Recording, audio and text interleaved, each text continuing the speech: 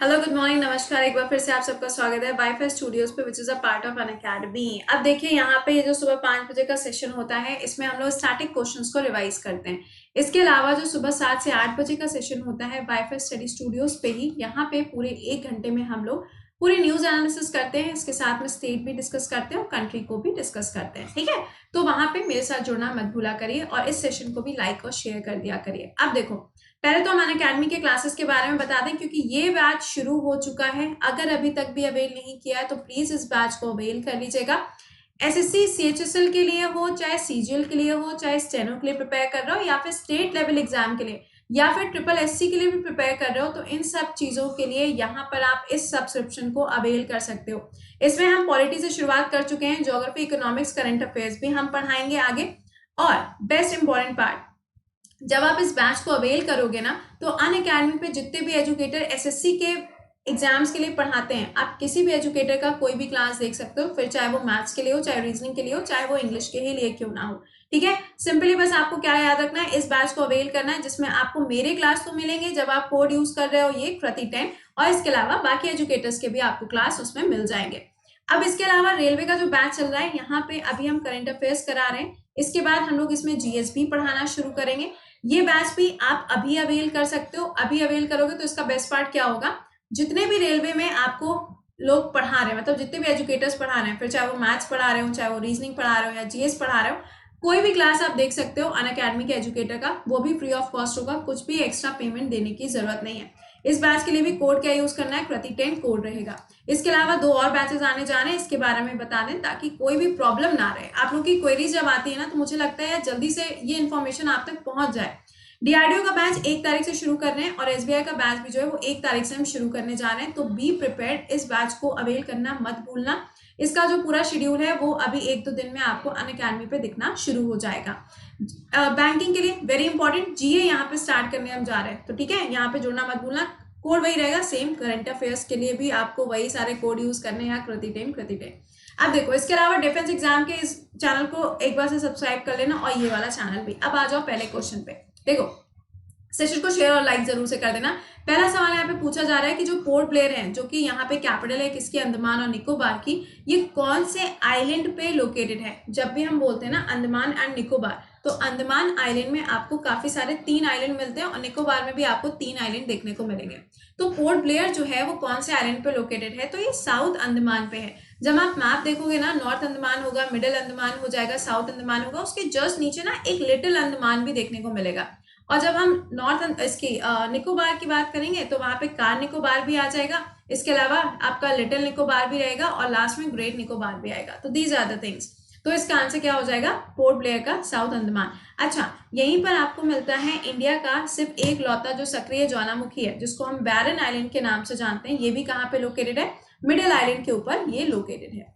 अगला सवाल, नारगोल पोर्ट ये भारत में कौन से राज्य में है। देखो, जब हम पोर्ट बोलते हैं ना, बंदरगाह बोलते हैं, तो इंडिया में वैसे टोटल कितने हो गए, 13 हो गए। वर्धमान पोर्ट जो महाराष्ट्र में डेवलप किया जा रहा है, और इन सारे पोर्ट को डेवलप करने के लिए जो भारत सरकार के द्वारा योजना शुरू करी गई है उसका नाम क्या है, सागरमाला योजना। ठीक है, अब ये बंदरगाह कौन से राज्य में है, तो ये हो जाएगा गुजरात में। स्पेलिंग करेक्ट कर लीजिएगा, इट विल बी गुजरात। हम खुद ही गलत लिख रहे थे, गुजरात रहेगा इसका यहाँ पे आंसर। ठीक है, गुजरात में लोकेटेड है। गुजरात में ही आपको मिलेगा कांडला पोर्ट, जिसका नया नाम है दीनदयाल उपाध्याय पोर्ट।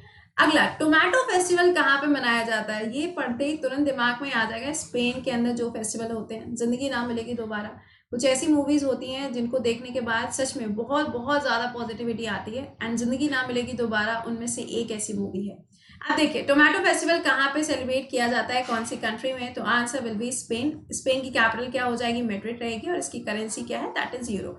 कौन से कॉन्टिनेंट में लोकेटेड है, तो ये यूरोप के अंदर लोकेटेड है। This is important. नेक्स्ट देखो, who became the first railway station which has become the first railway station to set up the sanitizer tunnel। कौन सा ऐसा भारत का रेलवे स्टेशन है जहां पे सैनिटाइजर टनल को लगाया गया है। जैसे कि मैंने बताया था ना, वी टनल लगाया गया है तेलंगाना के अंदर, उसी तरीके से यहाँ पे सैनिटाइजर टनल अहमदाबाद के अंदर लगाया गया है। कौन से स्टेट में, गुजरात के अंदर इसको स्टैब्लिश किया गया है। अगले क्वेश्चन पे आ जाओ, कौन सी ऐसी कंट्री है जो एशियन बॉक्सर चैंपियनशिप को ऑर्गेनाइज करने वाली है? जैसे कि मैंने बताया था, विंबलडन जो है वो पोस्टपोन कर दिया गया, टोक्यो ओलंपिक पोस्टपोन कर दिया गया 2021 के लिए, एशियन चैंपियनशिप जो चलेगी वो चाइना में ऑर्गेनाइज करी जाएगी, वो भी अभी बाद में होनी है। फिलहाल एशियन बॉक्सर चैंपियनशिप को ऑर्गेनाइज करने वाला है कौन? इंडिया। एक चीज याद रखना, विमेन अंडर 17 फीफा जो ऑर्गेनाइज होना था, इसका आयोजन भी भारत में होना था, लेकिन अभी इसको पोस्टपोन कर दिया गया। अगला सवाल, Prasar Bharati launch to watch old TV programme. अब आपको बताना है कि कौन सा एक नया चैनल जो है वो प्रसार भारती के द्वारा लॉन्च किया गया है, जिसपे आप पुराने टीवी चैनल्स को या पुराने टीवी प्रोग्राम्स को देख सकते हो। That is DD retro. Retro जहां लग जाता है बस समझ जाना पुरानी चीजों को यहाँ पे एक बार से रिक्रिएट किया जा रहा है।